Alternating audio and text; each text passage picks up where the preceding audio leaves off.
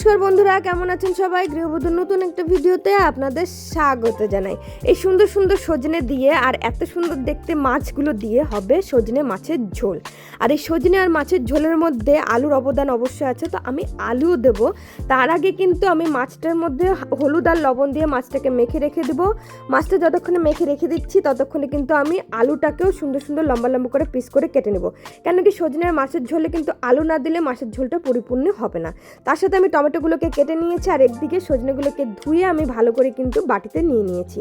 তারপরে আমি যে মাছের ঝোলে মশলা করব সেই মশলার জন্য সর্বপ্রথমে আমি আদা দিয়ে দিয়েছি, তার সাথে একটু নিয়েছি পেঁয়াজ, তার সাথে নেব আমি একটু লঙ্কা আর তার সাথে কিন্তু 2-4 কোয়া রসুন একটু ফ্লেভারের জন্য।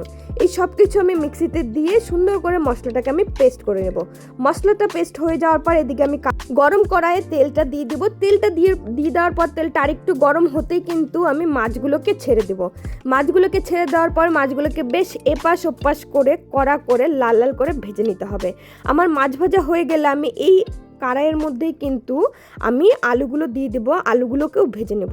আলুগুলোকে সুন্দর করে লাল লাল করে ভাজবো, যেরকমটা আমি ভাজি। আলুগুলো সুন্দর লাল লাল ভাজা হয়ে গেলে কিন্তু আমি আলুগুলোকে তুলে নেব। আলুগুলোকে তুলে নেওয়ার পর এই কড়াইয়ের মধ্যেই কিন্তু আমি সজনে দিয়ে দেবো। সজনে দিয়ে দেওয়ার পর সজনেগুলোকে অল্প করে আমি ভেজে নেব। সজনেগুলোকেও হালকা নাড়াচাড়া করে ভেজে নিয়ে আমি সজনেগুলোকেও তুলে নেব। তুলে নেওয়ার পরে কিন্তু এই কড়াইয়ের মধ্যেই আমি দিয়ে দিব ফোড়ন।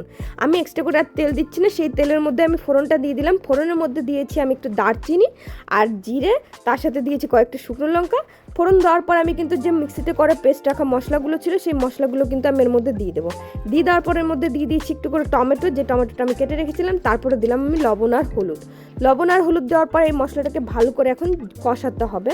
মশলাটা ভালো মতো কষে আসলে কিন্তু আমাকে ঝোল দিতে হবে। তো মশলাটা যতক্ষণ না কষছে ততক্ষণ আমি মশলাটা কষিয়ে যাচ্ছি। মশলাটা ভালো মতো কষে যাওয়ার পর এর মধ্যে আমি ঝোল দিয়ে দিলাম। ঝোল দেওয়ার পর ঝোলটাকে ফুটতে হবে। ঝোলটা ভালো মতো ফুটে আসলেই কিন্তু আমি সবজি দিয়ে দেবো, যেই এগুলো আলু আর যে সজনেটা ভেজে রেখেছিলাম সেটা দিয়ে দেবো। আলু আর সজনেটা ভালো করে জলের মধ্যে ফোটার পরে কিন্তু আমি এক এক করে ভেজে রাখা মাছগুলোকেও ঝোলের মধ্যে দিয়ে দেবো।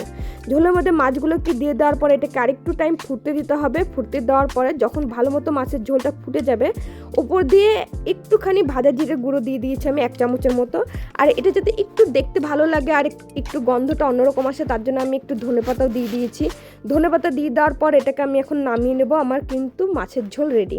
হালকা পাতলা মাছের ঝোল দুপুরবেলার জন্য খুবই টেস্টি। তো আমি তার সাথে একটু লেবু নিয়ে নিয়েছি আর এই মাছের ঝোলটা খেতে কিন্তু খুবই ভালো হয়েছে। তো আজকের মতো ভিডিও এইটুকুই, দেখাবে নতুন কোনো ভিডিওতে। আপনারা ভালো থাকবেন।